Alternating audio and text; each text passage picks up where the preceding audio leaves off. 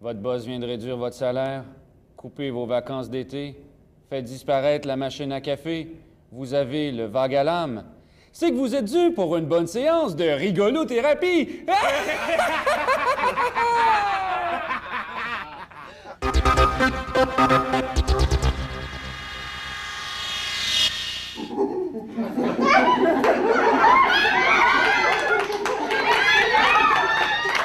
Non, ces employés d'une firme d'assurance ne répètent pas une scène de la planète des singes.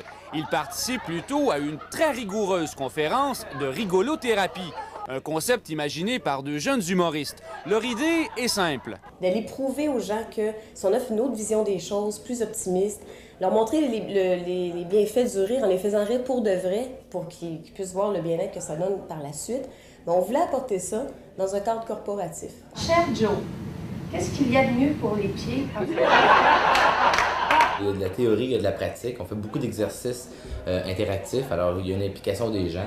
Puis à ce moment-là, c'est intéressant parce que les gens vont participer ensemble. Puis tout le monde va trouver son sens comique, finalement. Ouais. Alors, et tout le monde ressort grandi de ça. Jusqu'à maintenant, ces infirmiers du rire, comme ils se décrivent, ont présenté leur drôle de conférence à une dizaine de reprises, dans des congrès, des colloques. L'humour fait qu'on a une meilleure concentration par la suite, on a un bien-être. Alors, pour leurs vraies conférences sérieuses par la suite, ils ont un bien-être, sont bien, sont plus réceptifs.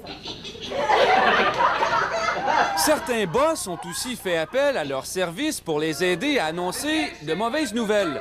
Le rire ferait mieux passer la pilule. Dans les entreprises, il y a souvent des trop-pleins de stress, des trop-pleins, il y a de l'anxiété, il y a des choses à gérer. Puis le fait d'apporter du rire, ça fait sortir le méchant.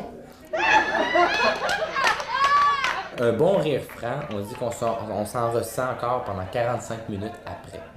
Alors, ça reste dans notre système. Là. Si on rit très, très, très fort, puis souvent, c'est pas juste avec une blague.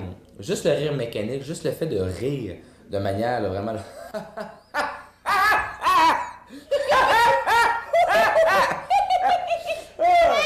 Déjà là, t'as un sourire, tout le monde rit. Bref, le secret, c'est d'apprendre à rire de soi, à ne pas dramatiser. Une leçon que Rudy a voulu m'enseigner pendant que j'avais le dos tourné. 3, 2, 1... J'apprends vite, hein? Ouais, très drôle.